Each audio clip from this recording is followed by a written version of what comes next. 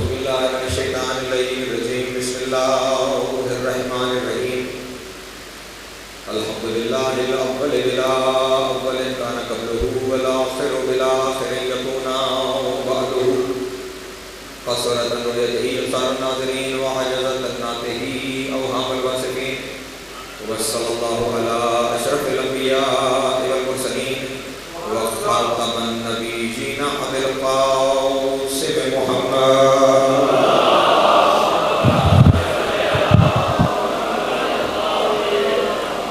وآله الطيبين الطاهرين المعصومين الشرفاء الذين أذهب الله عنهم الرجس وطهرهم تطهيرا.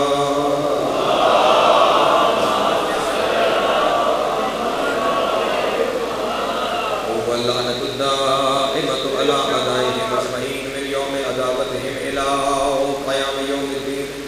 أما بعد فقد قال الله تبارك وتعالى في محكم كتابه المجيد وفرقانه الحميد وقوله الحق وهو أصدق الصادقين. بسم الله الرحمن الرحيم. فأقم وجهك للدين حنيفا فطرة الله التي فطر الناس عليها لا تبديل لخلق الله ذلك الدين القيم. صلوات اللہ.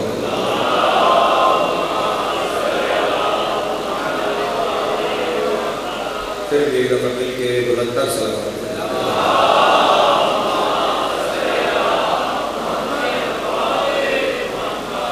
اس سے پہلے کہ میں اپنی گفتگو کا آغاز کروں آپ حضرات سے گزارش ہے کہ جتنی جگہ سامنے خالی ہے اگر مہربانی فرمائیں تھوڑا تھوڑا قریب آنے کی کوشش کریں کیونکہ باہر سے جو آواز آئیں گے وہ آپ کو پھیلان کے آگے آنے کی کوشش کریں گے تو کیا ماحول صلوات پڑھنے کا.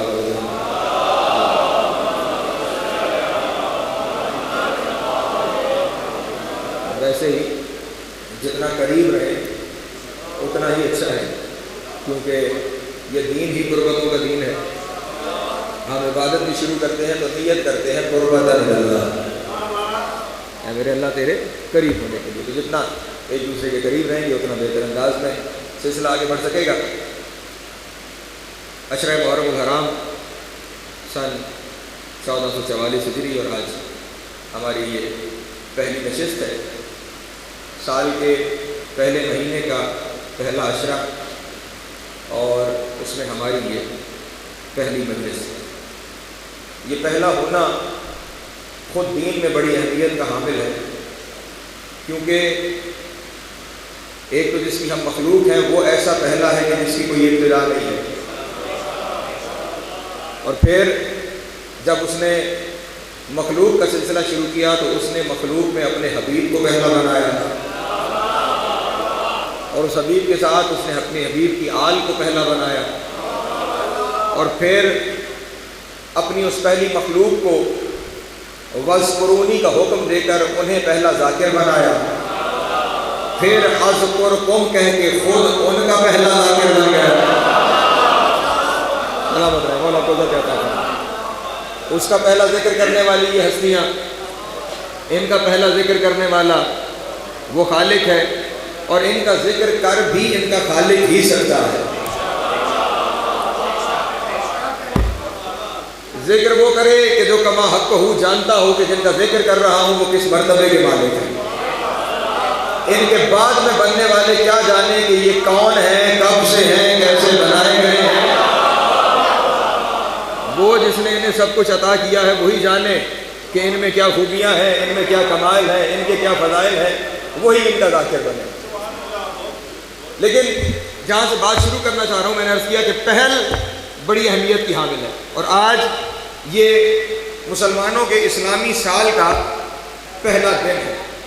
اس پہلے دن میں یہ ہم پہ احسان حسین ابن علی ہے کہ جب آپ دنیا کو دیکھیں گے کہ جب ان کے نئے سال شروع ہوتے ہیں تو وہ اس نئے سال کے نام پر وہ کون سی لعنت ہے جو اپنے گلے میں نہیں ڈالتے، وہ کون سی برائی ہے کہ جس سے وہ اپنا دامن داغدار نہیں کرتے. یہ ہم پہ حسین کا احسان ہے کہ سال کا پہلا دن اور حسین کا مدرسہ کھل گیا.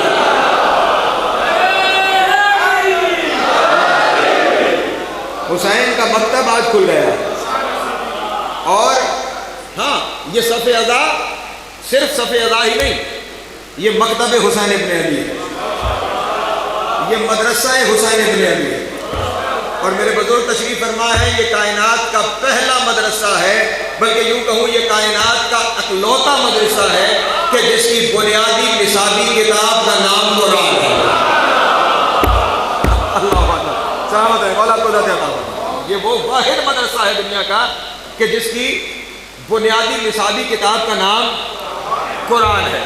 اس منبر پہ آنے والے کی بات قرآن سے شروع ہوتی ہے، قرآن پہ جا کے ختم ہوتی ہے، بلکہ یوں کہہ دوں تو زیادہ آسان ہو جائے گا، سامت قرآن کی تلاوت سے شروع ہوتی ہے، ناطق کے قرآن کے کردار میں جا کے تمام ہو جاتی ہے۔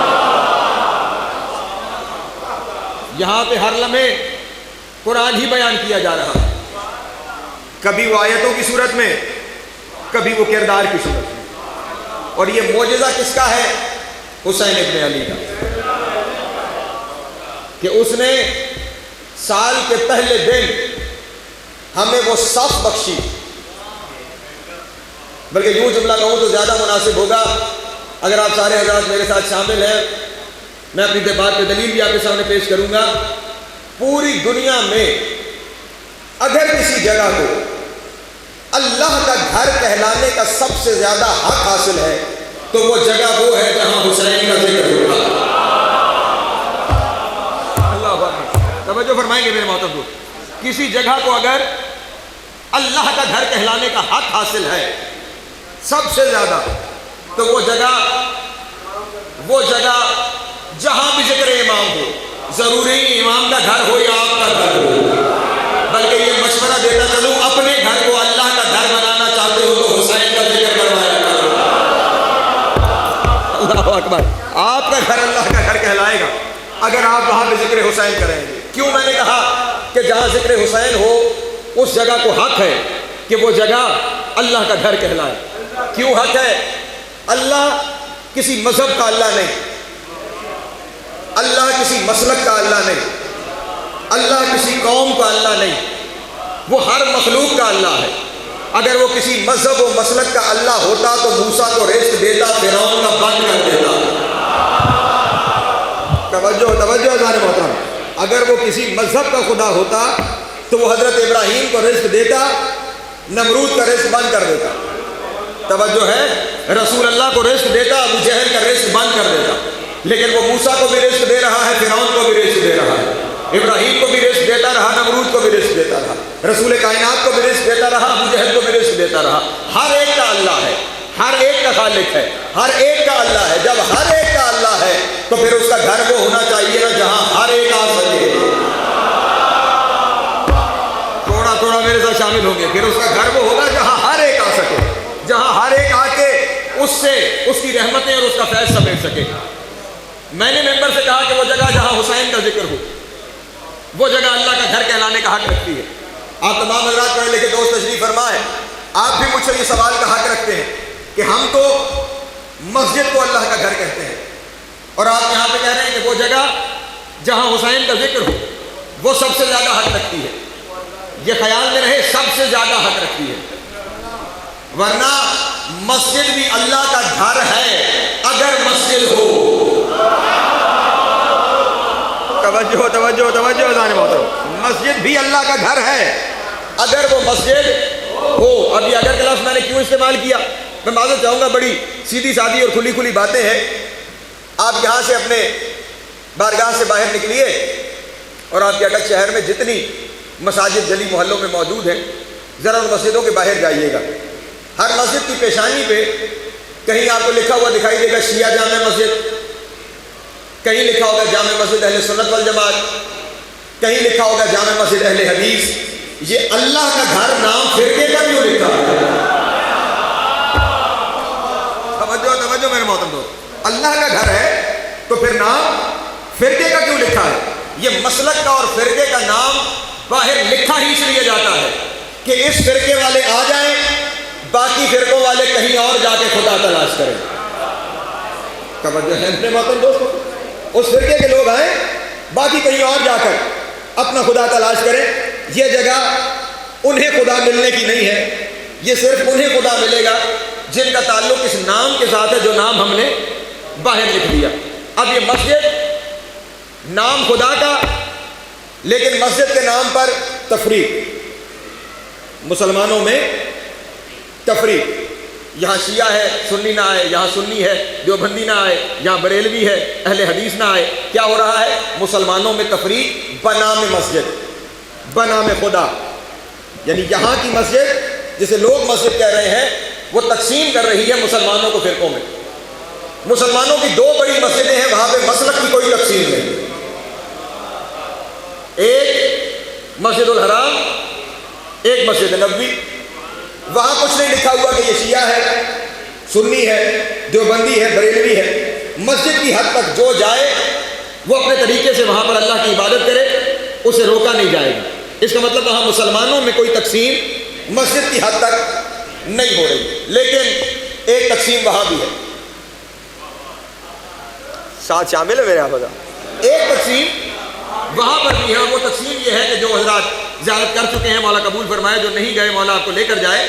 جیسے ہی آپ حدود حرم کے قریب پہنچیں گے ایک نیلے رنگ کا بورڈ لگا ہوا ہے، اس بورڈ پہ لگا ہوا ہے مسلمان داخل ہو جائے، غیر مسلم اپنا راستہ بدل. مسلمانوں کو داخل ہونے کی اجازت ہے، غیر مسلم کو داخل ہونے کی اجازت نہیں ہے. حرم میں غیر مسلم کا داخلہ حرام قرار دیا گیا ہے. علماء کرام اس کے بارے میں وضاحتیں بیان کرتے ہیں، لیکن یہ فقیر اتنا جانتا ہے کہ رسول اللہ کے دور تک ایسی کوئی پابندی نہیں تھی. بزرگ تشریف فرما ہے سن 9 ہجری میں مباہلہ ہوا تھا. کب ہوا تھا؟ 9 ہجری. توجہ ہے، 9 ہجری یعنی یہ سیکنڈ لاسٹ سال ہے رسول اللہ کا دنیا میں. سن 9 ہجری، اس سن 9 ہجری میں مدینے میں مباہلہ ہوا تھا. اور آپ سے بہتر کون جانتا ہے کہ مباہلے میں کیا ہوا تھا؟ 21 ذی الحج نصارہ نجران مدینہ پہنچے. 24 ذی الحج کو مباہلہ ہوا. 21، 22 اور 23 ذی الحج ان 3 دنوں میں مناظرہ ہوتا رہا. اللہ کا رسول قرآن کی آیتیں پڑھ کے سناتا رہا، اور وہ تھے کہ آیتوں کو مانتے ہی نہیں آ رہے تھے. بار بار آیتیں نازل ہوتی تھی، رسول آیتیں پڑھتے تھے. 3 دن تک بحث و مباحثہ ہوتا رہا. رسول اللہ قرآن سے دلیلیں پیش کرتے رہے اور قرآن کافی نہ ہوا. تھوڑا سا میرا مجمع بیدار ہو کے میرے ساتھ شامل ہوگا، میں لفظوں میں ہی بات پہنچانے کا آدمی ہوں. 3 دن تک قرآن کافی نہ ہوا تو پھر ایک آیت نازل ہو گئی، فمن حاجک فیہ من بعد ما جاءک من العلم فقل تعالوا ندعو ابناءنا وابناءکم ونساءنا ونساءکم وانفسنا وانفسکم ثم نبتہل فنجعل لعنۃ اللہ علی الکاذبین. میں وہ ترجمہ نہیں کرنے جا رہا کہ جو روایتی ترجمہ ہے، میں تو صرف وہ ترجمہ کروں گا کہ جس سے بات پہنچ جائے. 3 دن آیتیں نازل ہونے کے بعد پھر یہ آیت آئی کہ میرے حبیب اگر ابھی تک قرآن کافی نہیں ہوا تو کل انہیں لے آ جن کے ساتھ قرآن کافی ہو جاتا. اللہ اکبر، سلامت رہے، مولا آپ کو عطا فرمائے. کل انہیں ساتھ لے آ کہ جن کے ساتھ قرآن کافی ہو جائے گا. یہ 3 دن نصارہ نجران نے قیام کیا مدینہ میں. ذرا جا کے علماء اسلام سے سوال تو کیجئے کہ یہ 3 دن کہاں رکے رہے، کہاں قیام کیا؟ مدینے میں کوئی ہوٹل تو تھا نہیں، کوئی سرائے بھی موجود نہیں تھا. 3 دن تک انہوں نے قیام کیا مسجد نبوی میں. 3 دن تک کہاں قیام کیا؟ مسجد نبوی میں. اور صرف قیام نہیں کیا، رسول اللہ نے مسجد کا ایک کونا ان کی عبادت کے لیے مختص کر دیا کہ یہاں پر یہ اپنے طریقے سے عبادت کریں گے. صحابہ کرام معترض ہوئے، یا رسول اللہ مسجد مسلمانوں کی عبادت عیسائی کریں. رسول کے چہرے پہ جلال آیا. رسول نے فرمایا کریں گے تو اسی کی نہ جس کی ہم کرتے ہیں. اللہ اکبر، سلامت رہے، مولا قدرت عطا فرمائے.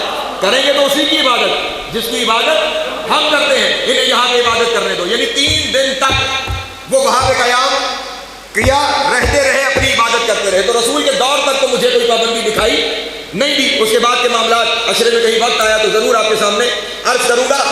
یعنی اب وہاں کی مسجد آج کے دور میں ایک تقسیم وہاں ہے، اور وہ تقسیم کیا ہے؟ مذہب کی تقسیم. مسلم آئے، غیر مسلم نہ آئے. گلی محلے کی مسجد مسلمانوں میں تقسیم کہ یہ مسلک آئے اور یہ نہ آئے. وہ ہماری بڑی مسجد ہے، وہاں پہ مذہب کی تقسیم کہ یہ مذہب آئے اور یہ مذہب نہ آئے. جبکہ وہ اللہ ہر مسلک کا ہے، ہر مذہب کا ہے،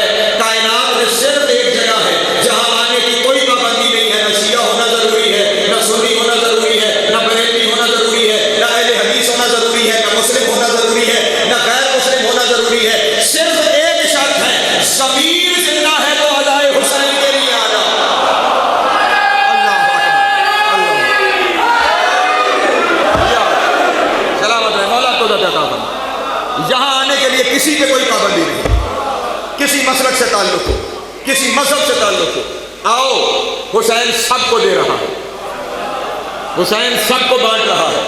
اور خدا کے بعد یہ صفت دیکھی حسین میں ہے کہ جو آتے ہوئے کو نہیں دیکھتا کہ آیا کہاں سے ہے. توجہ توجہ توجہ دانے محترم, خدا کی قسم یہ وہ دربار ہے حسین ابن علی کا کہ جہاں سے عطا کرتے ہوئے مذہب و مسلک پہ نظر نہیں کی جاتی. اور پھر کہوں کہ پڑھے لکھے دوست تشریف فرما ہے, حسین میرے آقا و مولا یہ دنیا کی وہ واحد ہستی ہے کہ جو آنے والے کا ماضی نہیں دیکھتے. توجہ توجہ توجہ میرے محترم, جو آنے والے کا ماضی نہیں دیکھتے بلکہ یوں کہوں کہ آنے والے کو ماضی یاد بھی نہیں کراتے. ماضی دیکھنا تو دور کی بات, اسے ماضی یاد بھی نہیں کرایا جاتا. ابھی میرا نوجوان بچہ خدا سے زندگی دے, یہی چراغ جلیں گے تو روشنی ہوگی, حضرت حر کے بارے میں کچھ چیزیں بیان کر رہے تھے. حر آئے, آ کے حسین کے قدموں پہ گرے, حسین نے اٹھایا اور سینے سے لگایا. حر کی زبان سے جملہ نکلا, مولا میں بڑا خطا کار ہوں. حسین نے لبوں میں ہاتھ رکھ کے کہا, میں نے یاد کروایا ہے کہ تم نے کیا کیا ہے. ہائے ہائے اللہ اکبر, میں نے یاد کروایا ہے کہ تم نے کیا کیا ہے, تم بس آ گئے. نیت لے کے حسین کے دروازے پہ آ جاؤ. حسین ماضی نہیں دیکھتا, حسین معاف کرتا ہے. بلکہ اس سے بڑھ کے جملہ کہوں, اگر جہاں تک آپ میرے ساتھ آ گئے, حسین کے پاس مر کے آ جاؤ نا تو بھی حسین کی زندگی کا ہر گناہ مٹا دیتا ہے.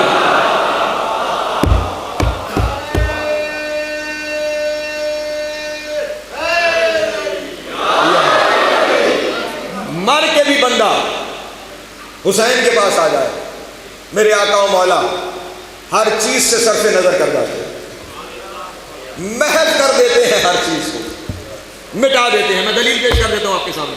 کتاب کا نام ہے کرامات حسینیہ, انصار پبلیکیشن قوم سے چھپی ہے. اس میں ایک واقعے کا تذکرہ کیا گیا کہ ایک شخص بغداد میں شدید علیل ہوا, اور اتنا علیل ہوا کہ اسے یہ اندازہ ہو گیا کہ اب میرا مرنے کا وقت قریب آ گیا. اس نے اپنے سارے لواحقین کو, عزیز و اقربا کو, اولاد کو بلایا اور وصیتیں کی.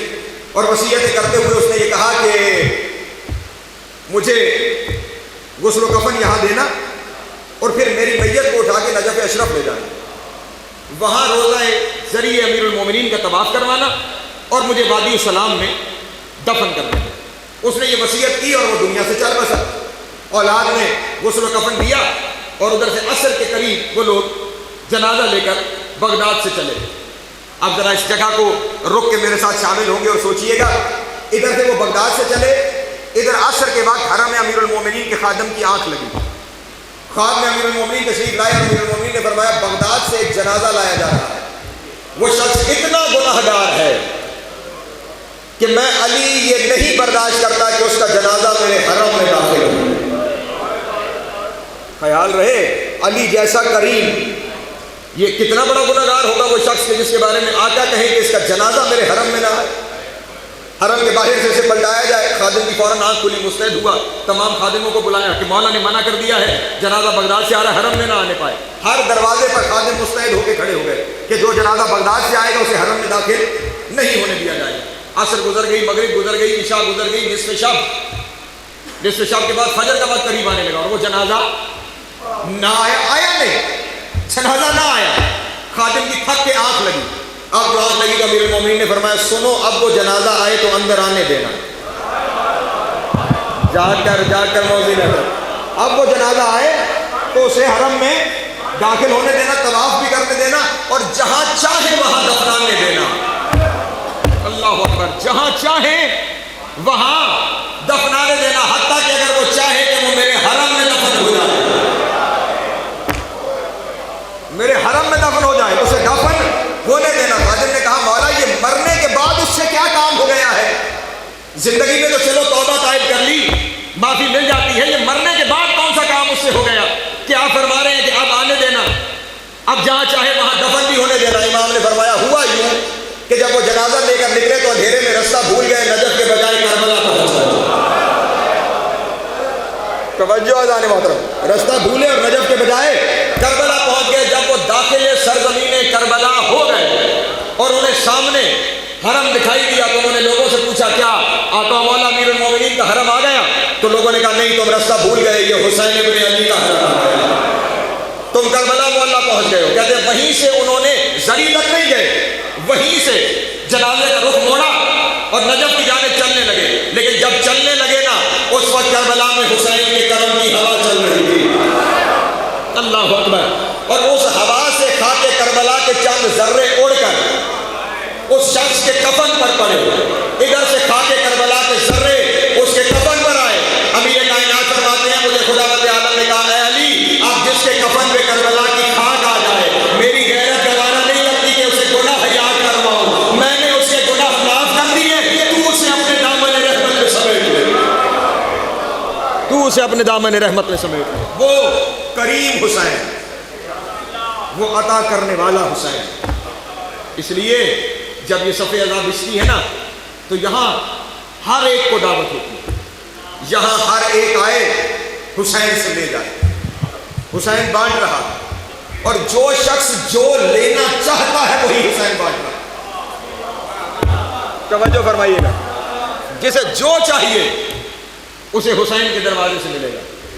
جب جسے جو چاہیے اسے حسین کے دروازے سے مل سکتا ہے تو اگر کسی کو ہدایت چاہیے، توجہ اذان محترم، اگر کسی کو ہدایت چاہیے تو پھر حسین کے دروازے سے کیوں نہیں ملے گی؟ اور یہ جو میں نے جملہ کہا اگر کسی کو ہدایت چاہیے، یہ میری خطابت کا جملہ نہیں ہے، اس بارے میں رسول ارشاد فرما گئے اور شیعہ سنی کتابیں اس فرمان سے بڑی پڑی ہیں، ان الحسین مصباح الہدی، میرا حسین ہدایت کا چراغ ہے۔ آج کے دور میں سب سے مشکل چیز جو میسر ہے وہ ہدایت ہے۔ توجہ فرمائیں گے میرے بزرگ نوجوان تشریف فرما، سب سے مشکل چیز جو آج کے دور میں میسر ہے وہ کیا ہے؟ ہدایت ہے۔ لیکن کیا کہنے جو خود ہدایت کا چراغ ہے۔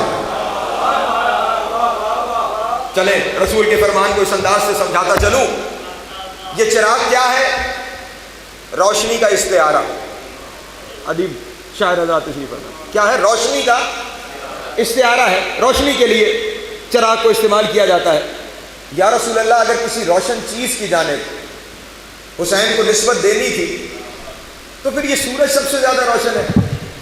پھر ارشاد فرماتے ہیں ان الحسین شمس الہدی، میرا حسین ہدایت کا آفتاب ہے۔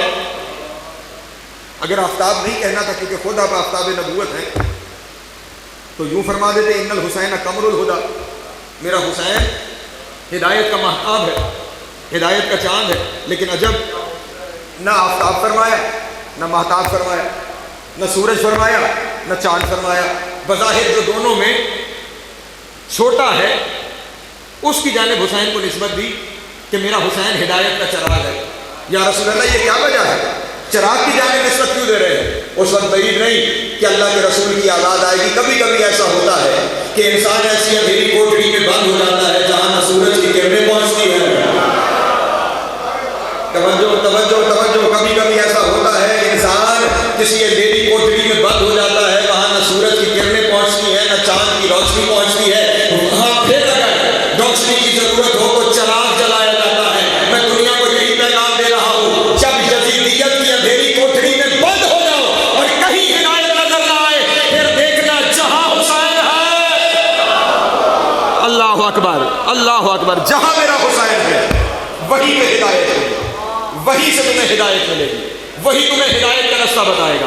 اور پھر چراغ کسی اور وجہ سے بھی کہا گیا حسین، اور وہ وجہ یہ ہے کہ سورج بڑا روشن ہے، بہت روشن ہے، لیکن سورج سے سورج نہیں جلایا جاتا۔ جاگیں گے پہلے دن آپ میرے ساتھ شامل ہو، سورج سے سورج نہیں جلایا جاتا۔ چاند بڑا حسین ہے، چاند سے چاند نہیں بنایا جاتا۔ یہ سخاوت صرف چراغ میں ہے، چراغ سے چراغ جلایا جاتا ہے، چراغ سے چراغ جلایا جاتا ہے۔ اور یہ حسین کا کمال ہے، حسین صرف خود حسین نہیں، حسین حسین بناتا ہے، حسین حسین بناتا ہے،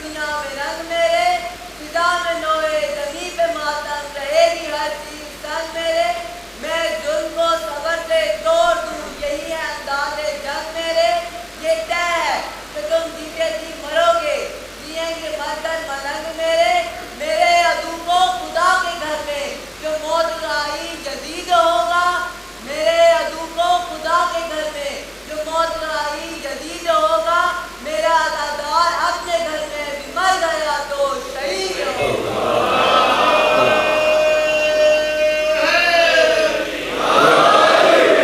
حسین حسین بناتا ہے اور آج تک حسین حسین بنا رہا ہے۔ ہاں، آپ دنیا کی کوئی حریت کی تحریک اٹھا کر دیکھیں، ہر تحریک کا قائد جس کا نام لے گا وہ حسین ابن علی ہے۔ 14 صدیوں کی تاریخ اٹھا کے دیکھیں، چاہے وہ اس مکتب سے تعلق رکھتا ہے یا نہیں رکھتا، وہ نام حسین کا لے گا۔ وہ کسی مذہب سے ہے، وہ کسی مسلک سے ہے، وہ نام حسین کا لے گا۔ اس لیے تو شاعر نے کبھی کہا تھا کہ انسان کو بیدار تو ہو لینے دو، مسلمان کو نہیں۔ انسان کو بیدار تو ہو لینے دو، ہر قوم پکارے گی ہمارے حسین۔ اور یہ ہو رہا ہے، یہ ہو رہا ہے آج دنیا میں۔ بڑی بڑی تحریکیں، میں نے ایک انٹرویو سنا تھا CNN پہ، نیلسن منڈیلا جب تحریک کامیاب ہوئی، ساؤتھ افریقہ میں سیاہ فاموں کے بالکل حقوق دبا دیے گئے تھے، بالکل زمین سے لگا دیا گیا تھا، تو وہ شخص ان کے حقوق کے حصول کے لیے ایک علم لے کر نکلا کہ میں اپنی قوم کو ان کے حقوق دلاؤں گا۔ طویل عرصے کی محنت کے بعد کون سی مصیبت ہے جو اس پہ نہیں آئی؟ اولاد کی مصیبت، مال و جان کی مصیبت، قید کی مصیبت، ساری مصیبتیں جھیلی، لیکن اس نے ہمت نہیں ہاری اور وہ اپنے قوم کے حقوق حاصل کرنے میں کامیاب ہو گئے۔ CNN پہ بیٹھے ہوئے وہ اینکر پرسن خاتون تھی، وہ اس سے سوال کر رہی تھی کہ آپ نے وہ سٹینڈرڈ سیٹ کر دیا ہے کہ اس وقت دنیا کا ہر لیڈر آپ کو اپنا آئیڈیل مانتا ہے، کہ یہ وہ شخص ہے کہ جس نے بے لوث ہو کر ہر ایک مصیبت کو اپنے اوپر برداشت کر کے اپنی قوم کے لیے فتح اور حریت کا رستہ کامیابی سے ہمکنار کر دیا اپنی قوم کو۔ ہر ایک آپ کی مثال دیتا ہے، آپ کو آئیڈیل بناتا ہے۔ دنیا میں کوئی ایسا بھی ہے جو آپ کا آئیڈیل ہو؟ توجہ اذان محترم، دنیا میں کوئی ایسا بھی ہے جو آپ کا آئیڈیل ہو؟ کرسچن مذہب سے تعلق رکھتے ہوئے اس نے سینے پہ ہاتھ رکھ کے کہا پوری تاریخ میں ایک ہی علی کا بیٹا حسین ہے۔ اللہ اکبر، ایک علی کا بیٹا حسین ہے جس نے مظلومیت سے ظلم کے ہر دیوار کو توڑ دیا۔ وہ قیامت تک آنے والے ہر بے سر و سامان کو یہ پیغام دے کے چلا گیا کہ مقصد کے حصول کے لیے مال و زر اور اسباب کی ضرورت نہیں، نیت میں حسین کا ثبات ہو، پھر فتح دور نہیں، پھر فتح ملتی چلی جائے گی۔ جو دنیا کو ہر انداز سے دے رہا ہے، اگر اس کے دروازے پر کوئی ہدایت لینے آ جائے تو کیوں نہیں ملے گی؟ اس دروازے سے ہدایت بانٹی جاتی ہے۔ اور یہ جو مکتب ہے نا، اس کا میں نے کہا نا یہ مدرسہ، اس کا بنیادی مقصد ہی یہی ہے، لوگ یہاں سے ہدایت لے کے جائیں، لوگ یہاں سے ہدایت لے کر جائیں۔ آج کے اس مشکل دور میں ہم داخل ہو چکے ہیں۔ میں ابھی تھوڑی دیر پہلے اپنے بزرگوں کے ساتھ یہاں پہ بیٹھا ہوا تھا اور یہ بات زیر بحث آئی، ہر ایک آج کے دور میں اپنی اپنی دکان کھول کے بیٹھا ہے۔ جملہ ساخت نہ ہو جائے، بہت کم ایسے رہ گئے ہیں جن کا کوئی نظریہ ہے، ورنہ ہر ایک کا ایک اپنا مفاد ہے۔ اس مفاد کے تحت کہیں غلو و شرک کے فتوے ہیں اور کہیں تکفیر اور کفر کے فتوے ہیں۔ یہ سارے فتوے اپنی اپنی دکان چلانے کے لیے کہ یہ غالی و مشرک ہو گیا ہے، یہ مقصر و کافر ہو گیا ہے۔ حالانکہ وہی لوگ جب ان کے ذاتی رویے آپ دیکھیں گے تو اس نظریے کے بالکل مختلف دکھائیں گے۔ امیر کائنات کی بات آئے گی تو کہا جائے گا اوہو یہ فضیلت بیان کر دی، یہ تو غلط ہو گیا، یہ تو شرک ہو گیا۔ اور وہیں پہ اگر اپنے کسی من پسند شخصیت کی بات ہو گئی تو یہاں تک کہنا مناسب سمجھا کہ علم خدا بند عالم کی ذات تجلی کر گئی ہے۔ توجہ ہے میرے محترم دوست؟ اس کا مطلب کیا ہوا؟ اس کا مطلب یہ ہوا معیار نہیں، کاروبار ہے، نظریہ نہیں، اپنی دکان ہے۔ میں نے اس اشرے کا عنوان کچھ احباب کی مشاورت کے ساتھ رکھا ہے مکتب تشیع قرآن اور حدیث کی روشنی میں. توجہ ہے میرے محترم دوستو؟ مکتب تشیع قرآن و حدیث کی روشنی میں. اس سے پہلے کہ میں اس سلسلے میں آگے لے کے چلوں، آپ کو ایک بات ابتدا میں طے کر دینا چاہتا ہوں. یہ جو لفظ مکتب تشیع استعمال کر رہا ہوں یہ اس لیے کہ یہ وہ نام ہے جس نام سے ہمیں پہچانا جاتا ہے. توجہ فرمائیے گا، یہ وہ نام ہے جس نام سے ہمیں پہچانا جاتا ہے. ورنہ میں آج پہلے دن ڈنکے کی چوٹ پہ ممبر سے بیٹھ کے کہہ رہا ہوں ہم کوئی مسلک نہیں ہیں، ہم کوئی فرقہ نہیں ہے، ہم بنیاد اسلام ہیں.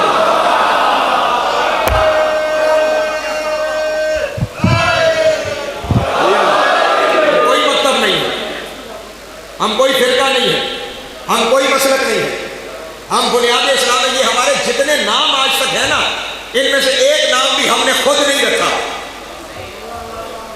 نہ شیعہ ہم نے اپنا نام خود رکھا. میرے نوجوان تشریف فرمائے ذرا اس بات کو ذہن میں رکھیے گا. نہ یہ نام شیعہ ہم نے خود رکھا. یہ شیعہ تاریخ میں ایک تقسیم ہوئی. مسلمان دو گروہوں میں تقسیم ہوئے. ایک گروہ کو شیعہ نے علی کہا گیا، دوسرے گروہ کو شیعہ نے فلاں کہا گیا. دو حصوں میں مسلمان تقسیم ہوئے. یہ شیعہ نے علی، یہ شیعہ نے فلاں. جو امیر کائنات کے ساتھ تھے وہ شیعہ نے علی کہلانے لگے، جو دوسری طرف تھے وہ شیعہ نے فلاں کہلانے لگے. لیکن عجب بات یہ ہے 14 صدیاں گزر گئی، شیعہ نے علی ہیں.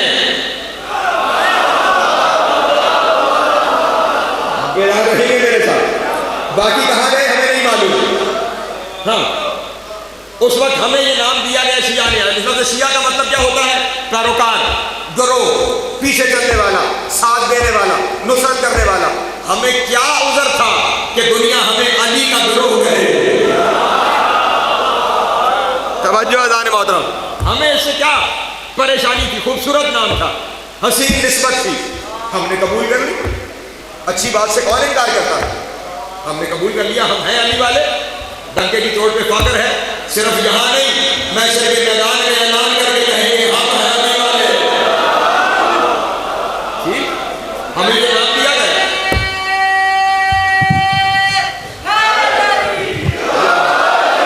کیا لوگ میرے ساتھ؟ ہم ہیں علی والے، نام دیا گیا، ہم نے قبول کر لیا کہ ہم علی والے ہیں. خوبصورت نسبت، خوبصورت نام، اعتراض ہی کوئی نہیں، قبول کر لیا. اس کے بعد ایک وقت آیا کہ مسلمان فقہوں میں تقسیم ہونے لگے. آئمہ فقہ کا دور آیا، فقہوں میں تقسیم ہونے لگے.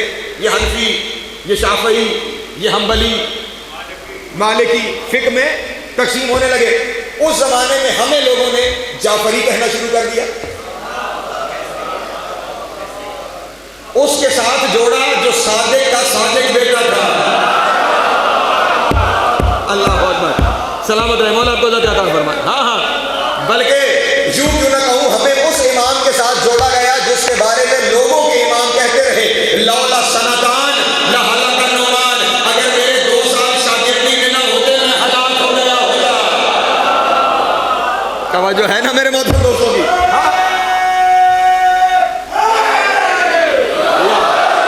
اس فقیر کی کوئی بات حوالے سے خالی نہیں ہوگی. مولانا شبلی نعمانی کی الفاروق جا کے دیکھ لیجیے گا، وہاں پہ یہ فرمان موجود ہے. تو جب ہمیں اس کے ساتھ جوڑا گیا جو اماموں کا امام ہے تو ہمیں کیا اعتراض تھا؟ ہم نے قبول کیا کہ ہم جعفری ہیں، ہم ان کے ساتھ کھڑے ہوئے. اچھا، پھر وقت گزرا کہ جب ادھر بھی امامت مکمل ہوئی اور ادھر بھی امامت مکمل ہوئی، ہمارے 12 امام ہوئے تو عربی میں اثنا عشر کہتے ہیں 12 کو، تو ہمیں اثنا عشری کہا جانے لگا، 12 والے. توجہ نہیں فرما رہے میرے پیچھے بیٹھے ہوئے. 12 والے، ہمیں اس پہ کیا اعتراض تھا؟ ہم ہیں 12 والے، ہم تو ہیں 12 والے، ہم تو مانتے ہیں 12 کو. یہ نام بھی ہمارے لیے اعتراض نہیں تھا. شیعہ کہا آپ نے، جعفری کہا آپ نے، اثنا عشری کہا آپ نے. ہم نے کبھی اپنے آپ کو کوئی نام نہیں دیا. ہاں اتنا ضرور ہے کہ جب کہیں چلتے ہوئے کوئی بارونق چہرہ دکھائی دیا جس کی پیشانی سے عقیدت کا نور دکھائی دیا تو قریب جا کے اتنا ضرور پوچھا مومن ہو؟ جو ہے سلامت رہے مولا کو مومن ہو، یہی وہ لفظ ہے جو 14 صدیوں سے ہم نے اپنی پہچان رکھا ہے، مومن۔ اس کے علاوہ کوئی نام ہم نے اپنا کبھی نہیں رکھا، اور رکھے بھی نام وہ جو نیا ہو۔ توجہ نہیں فرما رہے آپ؟ نام وہ رکھے جو نیا ہو۔ ہم تو وہ ہیں جو ابراہیم سے پہلے کے ہیں۔ سلامت ہے مولا کو چاہتا ہوں میں نیا نام رکھے۔ اور دیکھیے فرقہ بنتا ہے فرق سے۔ یہ فرقے کا لفظ کہاں سے نکلا؟ فرق سے۔ جو فرق کرے گا وہ فرقہ۔ کس سے فرق؟ رسول سے فرق۔ جو نہج جو رستہ رسول دے گئے، جو اس سے فرق کرے گا وہ فرقہ کہلائے گا۔ ہم نے نہ کل رسول سے فرق کیا تھا نہ آج فرق کیا ہے۔ دلیل آپ کے سامنے پیش کر دیتا ہوں۔ شیعہ سنی کتابیں بھری پڑی ہیں۔ رسول نے ارشاد فرمایا میں تمہیں اپنے بعد رستہ دے کے جا رہا ہوں، انی تارکن فیکم الثقلین۔ توجہ، انی تارکن فیکم الثقلین، کتاب اللہ ہے و عترتی اہل بیتی۔ اگر بات یہاں پہ ختم ہو جاتی معاملہ تمام ہو گیا تھا، لیکن کیا کہنے، وہ اللہ کا رسول ہے جس کی زبان پہ وما ینطق عن الہویٰ کی مہر لگی ہوئی۔ وہ جانتا تھا، وہ مستقبل میں جھانک رہا تھا، وہ دیکھ رہے تھے کہ کب کیا ہونے والا ہے۔ یہاں پہ روک دیتے بعد دنیا کو کھلی چھٹی مل جاتی، لیکن رسول نے یہ کہنے کے بعد کہ انی تارکن فیکم الثقلین، کتاب اللہ و عترتی اہل بیتی، شرط لگائی ان تمسکتم بہما، اگر تم دونوں سے جڑے رہے۔ اللہ اکبر، اللہ اکبر، سلامت رہے مولا کو کیا عطا فرمائے۔ ان، یہ شرطیہ ان لگا ہوا ہے، ان تمسکتم بہما، اگر تم دونوں سے جڑے رہے۔ شرط لگا دی، دونوں سے جڑے رہے۔ یہ جو شرط ہوتی ہے نا، مثلا یہاں سے آتے ہوئے میں بانیان مجلس کو کہوں اگر سپیکر ہوا تو آواز باہر پہنچے گی، ٹھیک؟ اب اگر میں یہ کہہ دوں کہ اگر سپیکر ہوا تو آواز پہنچے گی، اس کا مطلب یہ آواز باہر پہنچنے کی شرط ہے۔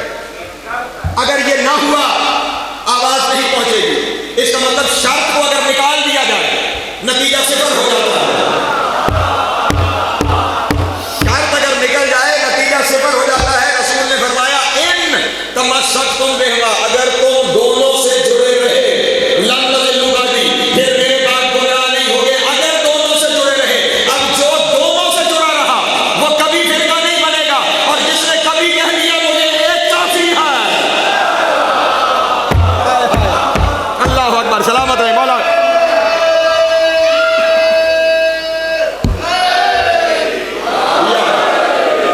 کبھی کہیں دونوں میں سے کسی ایک کو چھوڑ دیا، قرآن کو چھوڑ دیا یا اہل بیت کو چھوڑ دیا، پھر ہدایت کبھی نہیں ملے گی، پھر گمراہی نتیجہ ہو جائے گا۔ اسی لیے میں کیا عرض کیا آپ کے سامنے کہ سچرے کا عنوان کیا رکھا؟ قرآن اور حدیث کی روشنی میں مکتب تشیع۔ اور یہ حدیث بھی پہلا دن ہے نا، اس لیے ہر ایک چیز واضح کرتا چلوں تاکہ آپ میرے ساتھ شامل رہیں۔ کل انشاءاللہ ٹھیک 9:30 بجے حاضر خدمت ہو جاؤں گا آپ کے سامنے، وقت پہ تشریف لے آئیے گا۔ یہ حدیث دنیا یہ سمجھتی ہے کہ حدیث سے مراد وہ ہے جو کچھ ہمارے پاس کتابوں میں لکھا پڑا ہے۔ مثلا برادران کے یہاں سے ہائے ستہ، ہمارے یہاں کتب اربع بظاہر جو بڑی بڑی کتابیں تصور کی جاتی ہیں، قرآن اور حدیث۔ قرآن بھی لکھا ہوا، حدیث بھی لکھی ہوئی، فرق کیا رہے گا؟ اگر لکھے ہوئے سے ہی سمجھنا تھا تو پھر قرآن کا بھی تھا، توجہ، پھر حدیث کی ضرورت نہیں تھی، کیونکہ لکھے ہوئے لفظ ہی تو ہیں۔ قرآن بھی لفظ، حدیث بھی لفظ، دونوں لکھے ہوئے ہیں۔ صرف لکھے ہوئے ہونے سے مسلمانوں کو بڑا نقصان ہو گیا ہے، توجہ کروائیے گا۔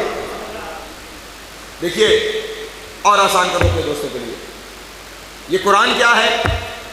اللہ کا کلام، اللہ کا قادر الکلام لوگ تشریف فرما ہے۔ کلام اس وقت تک سمجھ نہیں آتا جب تک لفظوں کے ساتھ لہجہ نہ مل جائے۔ توجہ فرمائیے گا، لفظ اور لہجہ اکٹھا ہو تو پھر صاحب کلام کا مفہوم سمجھ میں آتا ہے کہ وہ کہنا کیا چاہتا ہے۔ اکیلے لفظ بھی کچھ نہیں سمجھاتے، اکیلا لہجہ بھی کچھ نہیں سمجھاتا. اس لیے ہمارے یہاں جب اکثر اوقات کبھی ایسی محفلیں ہوں کہ جب وہاں پہ شعراء بلائے جائیں تو پھر بڑے اہتمام سے دعوت دی جاتی ہے, آئیے کلام شاعر بزبان شاعر سنیے. کیوں کہ جس کا کلام ہے جب وہ خود بیان کرے گا تو پھر وہ ایک ایک لفظ کو ویسے بیان کرے گا جیسے اسے سمجھانا چاہیے, ورنہ لفظ وہی ہوتے ہیں, لہجے کے بدلنے سے معنی بدل جاتے ہیں. چلیں آپ مجھے مجبور کر رہے ہیں, میں دلیل دوں آپ کو. لفظ بالکل وہی, رتی برابر تبدیلی نہیں, معنی بدل جاتے ہیں. یہاں سے باہر کوئی بزرگ اٹھ کے گئے اور انہوں نے آج کل کی نئے زمانے کی کوئی گاڑی کھڑی ہوئی دیکھی تو انہیں عجیب لگے نظر آئی. انہوں نے چاروں طرف گھومے اور دیکھ کے کہا کیا کار بنائی ہے, کیا کار بنائی ہے. اب یہ لہجے میں کیا ہے, ناپسندیدگی, کدھا, اچھی نہیں لگی, پسند نہیں آئی, اور کہہ رہے ہیں کیا کار بنائی ہے. تھوڑی دیر بعد ایک نوجوان گیا, وہ بڑا متاثر ہوا, اس نے چاروں طرف دیکھ کے کہا کیا کار بنائی ہے. توجہ ہے میرے محترم دوستو, کیا کار بنائی ہے. کیا ہوا, لفظ ایک بھی نہیں بدلا, کیا کار بنائی ہے, وہی 4 لفظ ہے. لہجہ بدلا, ناپسندیدگی سے پسند میں بدل گیا, کدھا سے مدھا میں بدل گیا. توجہ ہے محترم, کدھا سے بات مدھا میں چلی گئی, ناپسندیدگی سے پسند میں چلی گئی. صرف ہوا کیا ہے, لہجہ بدلا ہے, لفظ وہی ہے, لہجے کے بدلنے سے معنی بدل گئے. اگر یہ قرآن سمجھنا ہے تو یہ قرآن اللہ کا کلام ہے. سمجھ میں کب آئے گی, جب لفظوں کے ساتھ لہجہ سامنے آئے گا. اللہ اکبر, جب لفظوں کے ساتھ لہجہ سامنے آئے گا. اس لیے دنیا والوں کو پیغام دے رہا ہوں, اگر قرآن سے ہدایت لینی ہے تو پھر انہیں تلاش کرو جو اللہ کا لہجہ جانتے ہیں. اللہ اکبر, سلامت رہے, مولا کو ذات عطا فرما.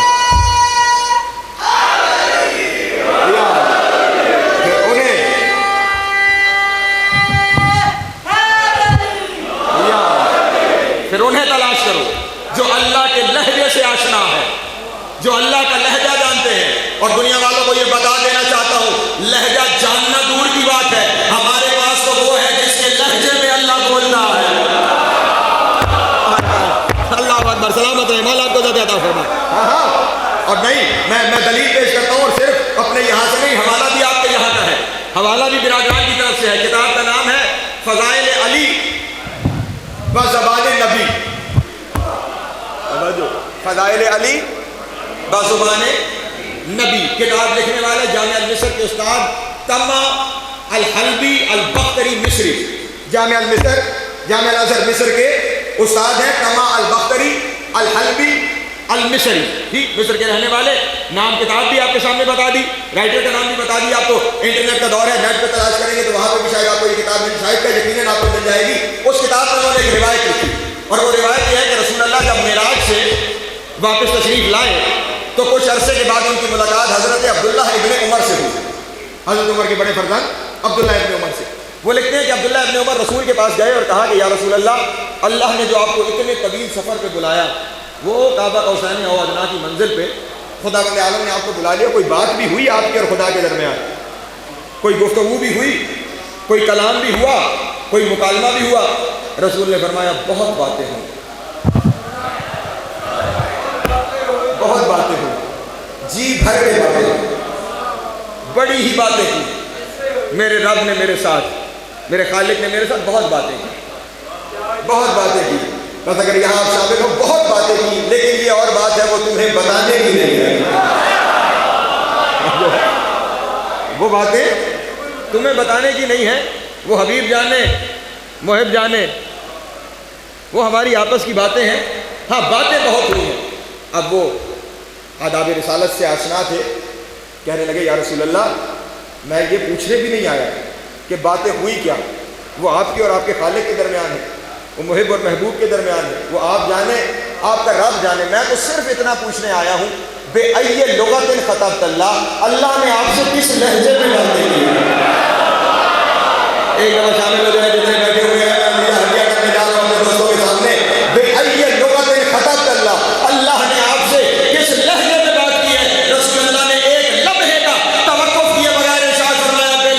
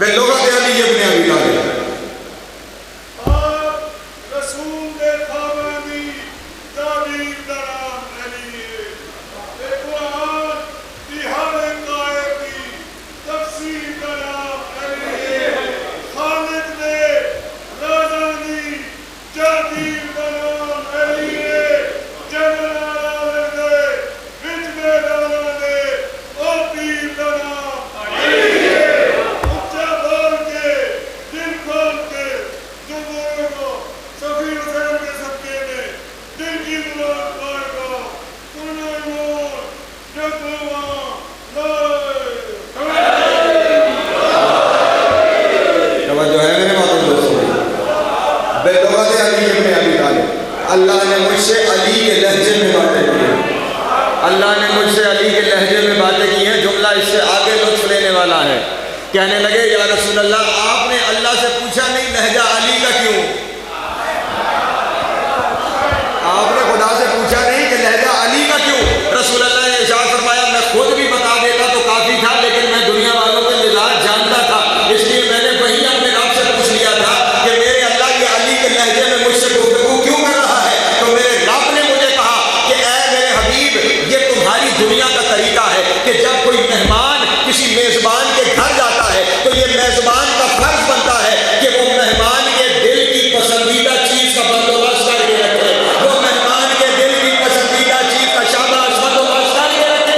مجھ سے اچھا میزبان کوئی نہیں، مجھ سے اچھا مہمان کوئی نہیں۔ جب تو آ رہا تھا میں نے تیرے دل کو کھول کے دیکھا تو مجھے پتہ لگا تجھے علی سے پیارا ہے ہی کوئی نہیں۔ اللہ اکبر، اللہ اکبر۔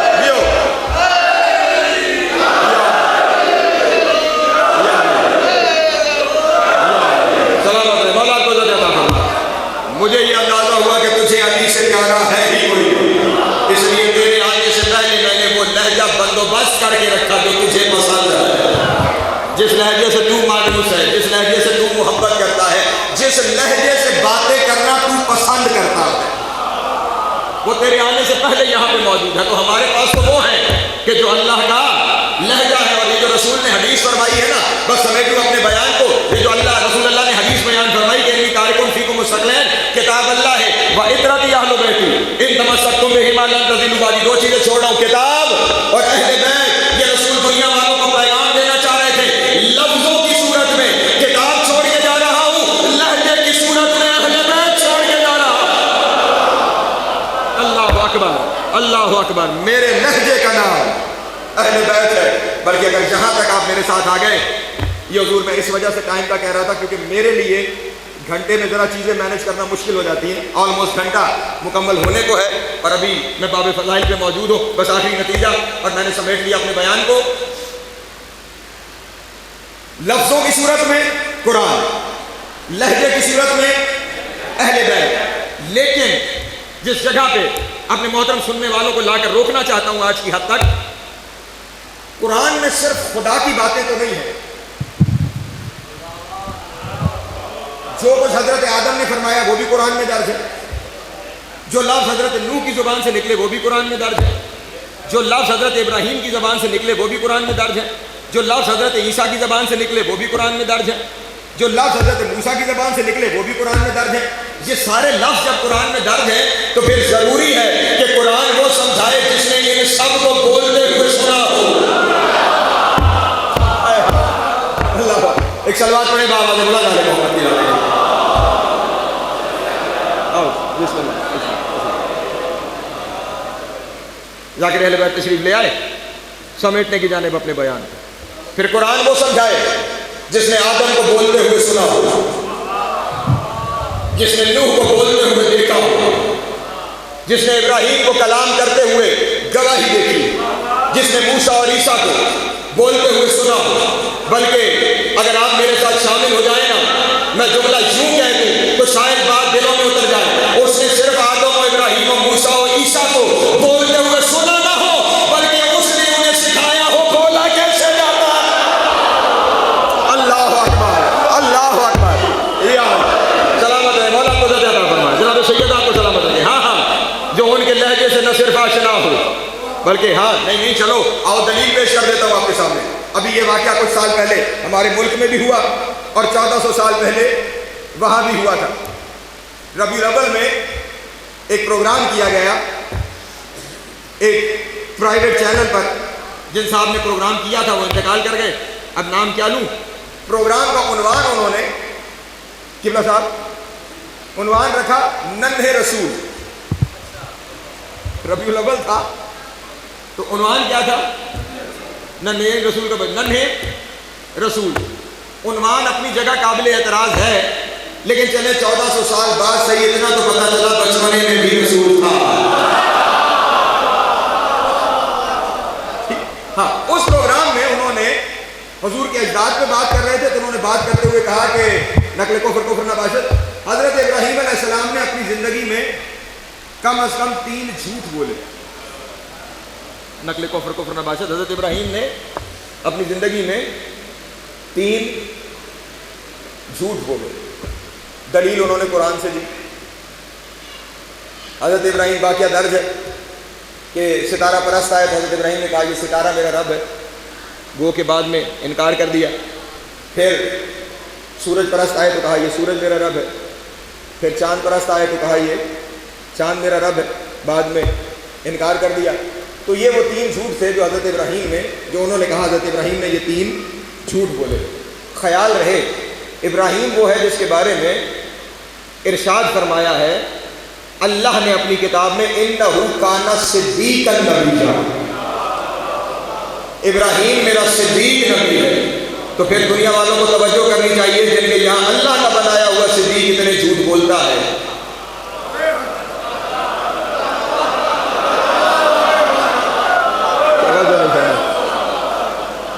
یہ میرا صدیق نبی ہے. صدیق کے بارے میں، اور یہ آج نہیں، یہ کسی کی بات کوٹ کی گئی تھی. آج سے 1400 سال پہلے بھی ایک شخص نے کہا تھا کہ حضرت ابراہیم نے 3 جھوٹ بولے.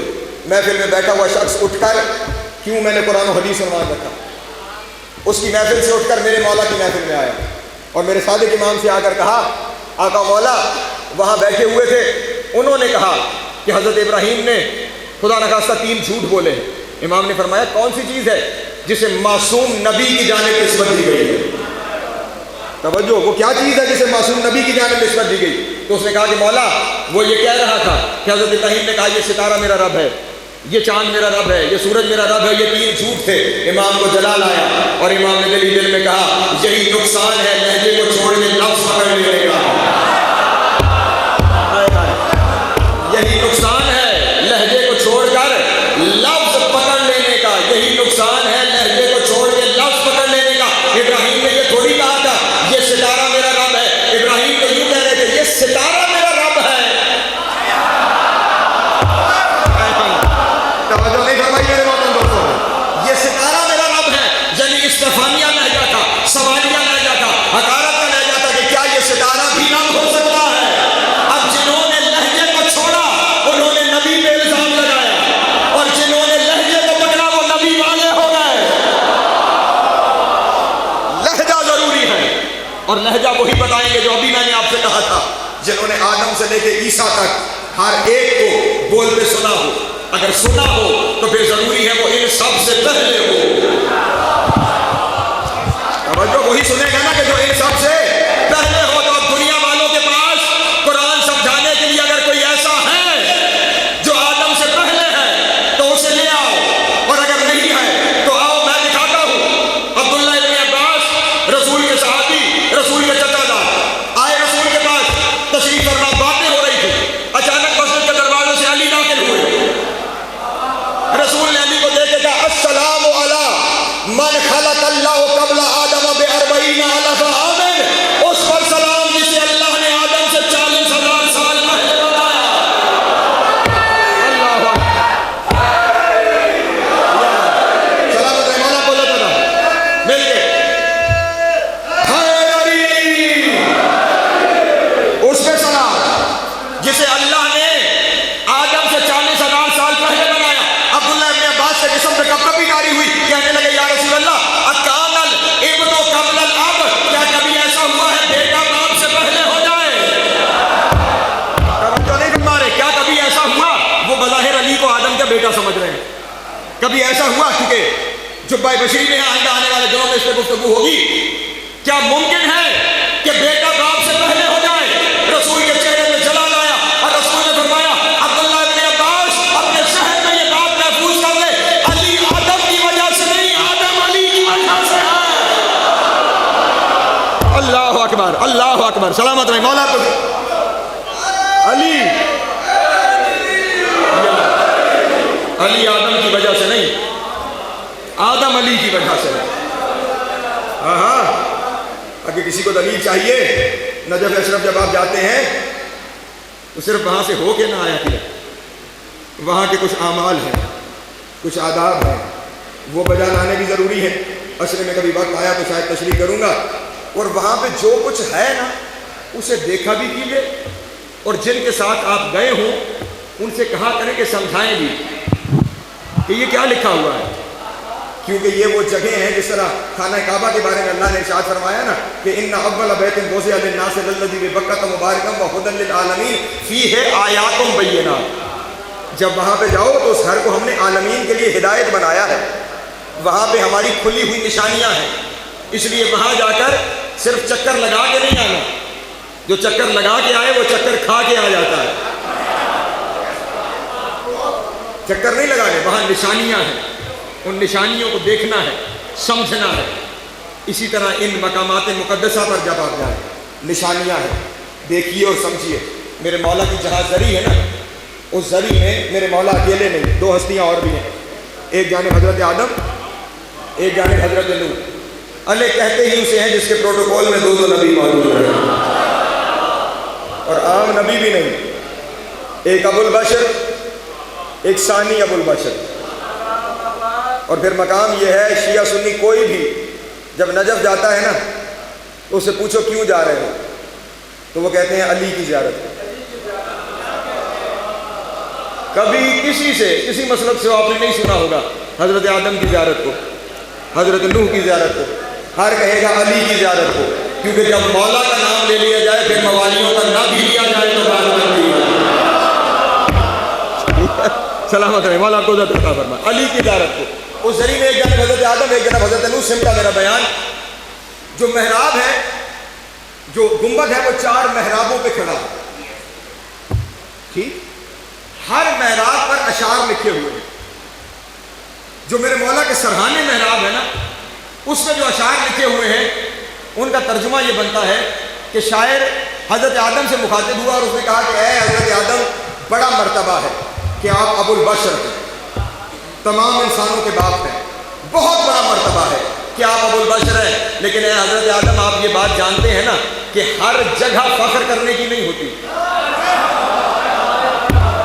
توجہ توجہ توجہ۔ مثلا میرے لیے فخر ہے کہ میں ذاکر حسین ابن علی، فخر کا مرحلہ ہے، لیکن جہاں عظیم ذاکرین تشریف فرما ہو ان کے سامنے اپنے آپ کو ذاکر کہتے ہوئے حیا آئے گی۔ اتنے بڑے بڑے لوگ ذکر حسین کی منزل پر فائز، اور ان کے ہوتے ہوئے میں خود کو ذاکر کہہ رہا ہوں۔ یعنی ہر منزل فخر کی نہیں ہوتی، جہاں اپنے سے بڑے موجود ہوں وہاں سب کچھ ہوتے ہوئے بھی فخر نہیں کیا جاتا۔ توجہ توجہ، اب شاعر حضرت آدم سے کہہ رہا ہے یہ آپ کا بڑا فخر ہے کہ آپ ابو البشر ہیں، تمام عالم انسانیت آپ کی اولاد ہے، لیکن اے اللہ کے نبی جہاں آپ ہیں نا جہاں فخر نہ کیجیے گا، کیونکہ آپ تراب کے بیٹے ہیں اور آپ کے پہلو میں تراب کا باپ ہے۔ اللہ اکبر اللہ اکبر، مولا کو سلامت رکھے، جناب سیدہ کو عزت عطا فرمائے، آپ کے پہلو میں تراب کا باپ ہے۔ تو یہ وہ علی ہے کہ جو آدم سے پہلے کا ہے، اس لیے اگر قرآن سمجھنا ہے تو پھر علی کے دروازے پہ آنا پڑے گا، اولاد علی کے دروازے پہ آنا پڑے گا۔ اسی لیے میں اپنے اس مکتب کا تعارف اس خدا کے قرآن سے اور وہ ہستیاں جو محمد کے فرمان کی تفسیر ہے، جو محمد کے فرمان کی تصویر ہے، ان کی ذات و کردار اور ان کے فرامین سے آپ کے سامنے پیش کروں گا۔ انشاءاللہ کل ہمارا سفر توحید سے شروع ہوگا اور پھر چلتے ہوئے جہاں تک وقت نے ساتھ دیا، آپ نے ساتھ دیا، انشاءاللہ چیزیں آپ کے سامنے بیان کرتا چلا جاؤں گا۔ یہ حسین میرے آقا و مولا، اس دروازے پر آ کر میں نے کہا جسے جو چاہیے وہ یہاں سے ملتا ہے، دنیا چاہیے تو یہاں سے ملے گی، آخرت چاہیے تو یہاں سے ملے گی، اور اس کی وجہ یہ ہے حسین نے آخرت خریدی ہے، مانگی نہیں، حسین نے آخرت خریدی ہے۔ اور کیسے خریدی ہے بس وہی سنیے، اور میں نے سمیٹ لیا اپنے بیان کو۔ روز ازل خداوند عالم نے تمام حجتوں کو جمع کیا اور جمع کر کے ایک منبر لگایا، اس منبر کے بالائی زینے پر ایک تاج رکھا اور اپنی حجتوں کی محفل میں یہ اعلان کیا یہ منبر منبر شفاعت ہے اور یہ تاج تاج شفاعت ہے۔ جو یہ تاج پہنے گا روز محشر شفاعت اسی کے ہاتھ میں ہوگی، وہ جس کی چاہے گا وہ شفاعت کرے گا۔ میری حجت ہو تم میں سے جو یہ تاج پہننا چاہتا ہے وہ آئے اور یہ تاج پہن لے۔ تمام انبیاء یک بارگی آگے بڑھے، جیسے ہی تمام انبیاء آگے بڑھے آواز قدرت آئی رکو۔ تاج پہن لینا آسان نہیں، یہ اس منبر کے نچلے زینے پہ دیکھو ایک دفتر رکھا ہوا ہے، ایک رجسٹر رکھا ہوا ہے، جو اس دفتر کے ہر صفحے پر دستخط کرے گا وہی یہ تاج شفاعت پہننے کا اہل قرار پائے گا، وہی اس منبر پہ بیٹھنے کا اہل قرار پائے گا۔ ایک ایک کر کے آتے جاؤ، صفوں پہ دستخط کرتے جاؤ، جس نے سارے صفوں پہ دستخط کر دیا وہی اس تاج کا حقدار ہے۔ آدم آگے بڑھے، پہلا صفحہ کھولا تو اندازہ ہوا ہر صفحے پر ایک امتحان درج ہے، ہر صفحے پر ایک امتحان درج ہے۔ حضرت آدم نے پہلے صفحے پہ دستخط کیے، اولاد کی قربانی دینی پڑے گی، آدم نے دستخط کر دیا۔ اگلا جو صفحہ پلٹا اللہ جانے کیا لکھا ہوا تھا، آدم نے دفتر کو بند کر دیا، وہیں پہ وہ دفتر رکھ کر آدم پیچھے ہٹ گئے۔ حضرت نوح آگے بڑھے، پہلے صفحے پہ دستخط کیے، دوسرے صفحے پہ دستخط کیے، تیسرے صفحے پہ دستخط کیے، اللہ جانے چوتھے صفحے پہ کیا تھا، نوح نے بھی دفتر بند کر دیا، وہ وہیں پہ رکھ کے نوح بھی پیچھے ہٹ گئے۔ ابراہیم آئے، چند صفحوں پر انہوں نے دستخط کیے، وہ بھی ایک صفحے پر پہنچ کے اس دفتر کو بند کر کے واپس پلٹ گئے۔ سب سے زیادہ صفوں پر حضرت ایوب نبی نے دستخط کیے، جس کی وجہ سے انہیں صابر نبی کہا جاتا ہے، اللہ کا صابر نبی۔ صفوں پہ دستخط کرنا شروع کیے، بہت سے صفوں پہ دستخط کر دیے، لیکن ایک صفحہ ایسے آیا ایوب کے ہاتھ کانپے، صابر نبی کے ہاتھ کانپے، اللہ اکبر۔ وہ دفتر وہیں سے کانپتے ہوئے ہاتھوں سے ایوب نے اسی سینے پہ رکھا اور الٹے قدموں حضرت ایوب واپس چلے گئے۔ جب حضرت ایوب پلٹے تو اب آخر میں رہ گئے میرے نبی سلطان الانبیاء سید المرسلین خاتم النبیین۔ بوجھل قدموں کے ساتھ میرے نبی آگے بڑھ رہے تھے کہ جہاں 1.25 لاکھ مل کے دستخط نہ کر سکے، وہاں میں اکیلا اس پورے دفتر پہ دستخط کیسے کروں گا؟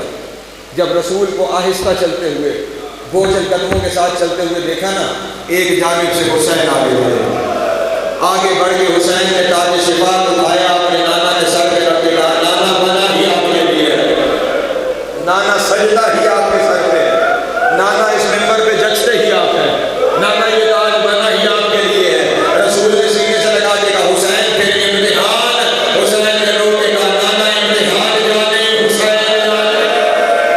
اجرکم اللہ، اجرکم اللہ، اجرکم اللہ، اجرکم اللہ۔ مولا کا گریہ قبول فرما، جنابوں میں آنسو آ گئے اس رائے میں حسین کے کسی غم میں کبھی رونا نصیب نہ ہو، جو ہاتھ سینے تک آ گئے ہیں کبھی کسی میں محتاج نہ ہو۔ نانا امتحان جانے حسین جانے، آپ تاج پہنیے، یہ تاج شفاعت بنا آپ کے لیے ہے، یہ سجدہ آپ کو ہے۔ حسین نے نانا کے سر پہ تاج رکھ دیا، محفل برخاست ہو گئی، وقت گزرنا شروع ہوا، نبی ایک ایک کر کے دنیا پہ آنے لگے، جس نے جتنے دستخط کیے تھے وہ اتنے امتحان دیتا چلا گیا، جتنے دستخط کیے وہ اتنے امتحان دیتا چلا گیا۔ وقت آ گیا میرے نبی کا، اور وہ دور آ گیا کہ اب نبی کا دنیا سے پردہ کرنے کا وقت قریب آ گیا۔ مسجد نبوی، ممبر مسجد نبوی، ممبر پہ اللہ کا رسول، گود میں حسین، جبریل داخل مسجد ہوئے، قدم بوسی کی، بعد درود و سلام یہ عرض کرنے لگے، اے اللہ کے نبی، خدا بند عالم یہ ارشاد فرما رہا ہے وہ دن یاد ہے نا جب حسین نے آپ کو تاج پہنایا تھا؟ رسول نے فرمایا ہاں جبریل، کیسے بھول سکتا ہوں، وہ دن مجھے یاد ہے، میرے حسین نے میرے سر میں تاج پہنایا تھا۔ کہا یا رسول اللہ، اس وقت حسین نے تاج پہنایا تو تھا، حسین نے امتحانوں کا وعدہ بھی کیا تھا، لیکن حسین نے دفتر پہ دستخط نہیں کیے تھے۔ امتحانوں کا وقت قریب آ گیا، میں حسین سے دستخط لینے آیا۔ اللہ اکبر، وقت امتحان قریب آ گیا، میں حسین سے دستخط لینے آیا ہوں۔ حسین آقا نے سننا تھا، دفتر جبریل کے ہاتھوں سے لیا، اور حسین نے بڑی تمکنت کے ساتھ، بڑے وقار کے ساتھ، بڑے ثبات کے ساتھ حسین نے ایک ایک صفحے پہ دستخط کرنا شروع کیا، کرتے چلے جا رہے ہیں دستخط۔ اچانک ایک صفحہ آیا کہ ایک لمحے کے لیے حسین کا ہاتھ رکا، پھر کچھ ذہن میں آیا اور ادھر حسین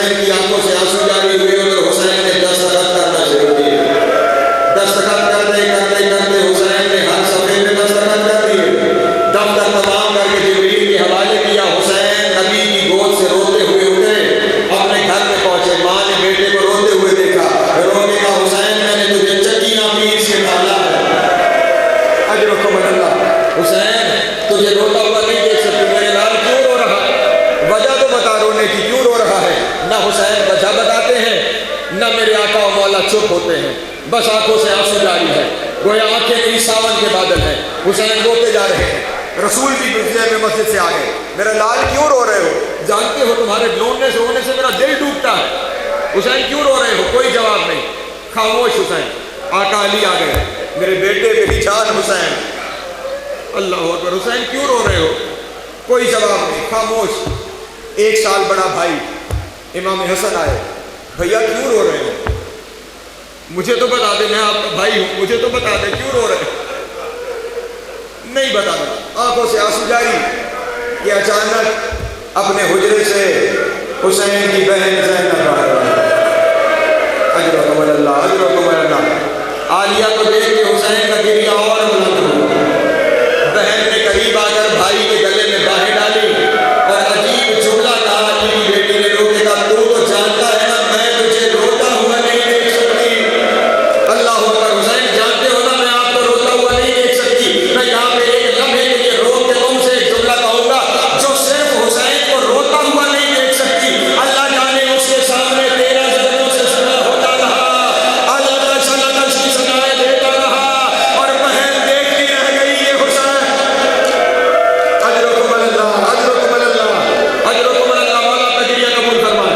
بس سمیٹ لیا میں نے اپنے بیان کو، سمیٹ لیا میں نے اپنے بیان کو۔ حسین مجھے بتاؤ تو صحیح، رو کیوں رہے ہو؟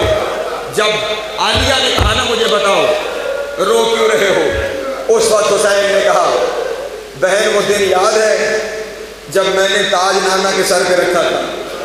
ہاں بھیا یاد ہے، وہ دن کوئی بھولنے کا دن؟ اچھی طرح دن یاد ہے۔ کہا وہ دفتر بھی یاد ہے جس پہ سارے نبی دستخط نہ کر سکے، اور میں نے کہا تھا کہ میں وہ سارے امتحان دوں گا؟ کہا ہاں حسین بہت اچھی طرح یاد ہے۔ کہا بس میری بہن انہی امتحانوں کا وقت قریب آ گیا ہے، جبریل وہ دفتر لائے تھے اور مجھ سے ہر صفحے پہ دستخط کروا کر لے گئے۔ اب یہی ماتم کا جملہ ہے، بہن نے بڑے وقار سے کہا، حسین اگر دستخط کر دیے تو پھر رونا کیسا؟ بہن کے سر پہ ہاتھ رکھ کے کہا، کچھ صفوں میں کسی جگہ دستخط کرایا۔ ہائے ہائے ہائے ہائے، اللہ اکبر، کچھ صفوں میں کسی بھی جگہ دستخط کرایا، اللہ جانے وہ میرا ساتھ دے یا نہ دے۔ بہن نے پوچھا کس کی جگہ دستخط کرائے؟ رو کے کہا زینب تیری جگہ دستخط کرایا۔ بھائی کے گلے میں باہیں ڈال کے کہا، حسین پریشان نہ ہو، اپنا ہر امتحان بھی دوں گی تیرے ساتھ، ہر اجرکم اللہ، اجرکم اللہ، اجرکم اللہ۔ گریہ کر لینا، یہی دن ہے رونے کے، اپنے ساتھ جو ہوگا وہ روئے گا۔ حسین پریشان نہ ہو، اپنے حصے کے امتحان بھی دوں گی، تیرے امتحان میں بھی تیرے ساتھ شریک رہوں گی۔ بتا تو صحیح، سارے بڑے موجود ہیں، امتحان ہیں کون کون سے؟ حسین نے بتانا شروع کیے، زینب وطن چھوڑنا پڑے گا۔ بھیا پریشان نہ ہو، تیرے ساتھ وطن چھوڑوں گی۔ بہن حج کے احرام توڑنے پڑیں گے۔ بھیا پریشان نہ ہو، وہ مشکل بات ہے، لیکن تیرے ساتھ احرام توڑ کے تیرے ساتھ سفر کروں گی۔ بہن جنگلوں کے سفر کرنے پڑیں گے، ہائے ہائے، جنگلوں میں سفر کرنے پڑیں گے۔ جنگلوں کا سفر کا نام آیا تھا، بھائی کے چہرے کی طرف دیکھ کے کہا، تم تو جانتے ہو نا میں کبھی گھر سے باہر نہیں آئی۔ اللہ اکبر، میرے سائے پہ کبھی کسی کی نگاہ نہیں پڑی، لیکن حسین تیری خاطر جنگلوں میں سفر کروں گی، تیری خاطر ان سفروں میں تیرے ساتھ جاؤں گی۔ میری بہن صحرا میں ڈیرے لگانے پڑیں گے، صحرا میں ڈیرے لگانے پڑیں گے۔ علی کی بیٹی نے بھائی کی طرف دیکھ کے کہا، میرے لیے تو شہر بھی صحرا ہے، میں تو جانتی نہیں کہ شہر ہوتے کیا ہیں، تیرے ساتھ جہاں تو جائے گا نا حسین وہاں جاؤں گی۔ کہا بہن ایک دن وہ آ جائے گا جس دن صبح سے شام تک لاشیں اٹھانے پڑیں گے۔ بہن نے ایک جملہ کہا اور وہ بھائی کے دل پہ بڑا گراں گزرا جملہ۔ علی کی بیٹی نے رو کے کہا، بہن بھائی اگر یہ منزل ہے نا کہ لاشیں اٹھانے پڑیں گے، پھر تم تو جانتے ہو نا میں مستور ہوں، میں باہر نہیں آ سکتی، لاشیں اٹھا کے آپ لاتے رہنا، لاشوں پہ بائیں میں کرتی رہو۔ اجرکم اللہ، اجرکم اللہ، اجرکم اللہ، اجرکم اللہ۔ اس کے بعد حسین نے اگلا جملہ کہا، بہن لاشیں عام لاشیں نہیں ہوں گے، عام لاشیں نہیں ہوں گے، زینب کبھی قاسم کے ٹکڑے اٹھا کے لانے پڑیں گے،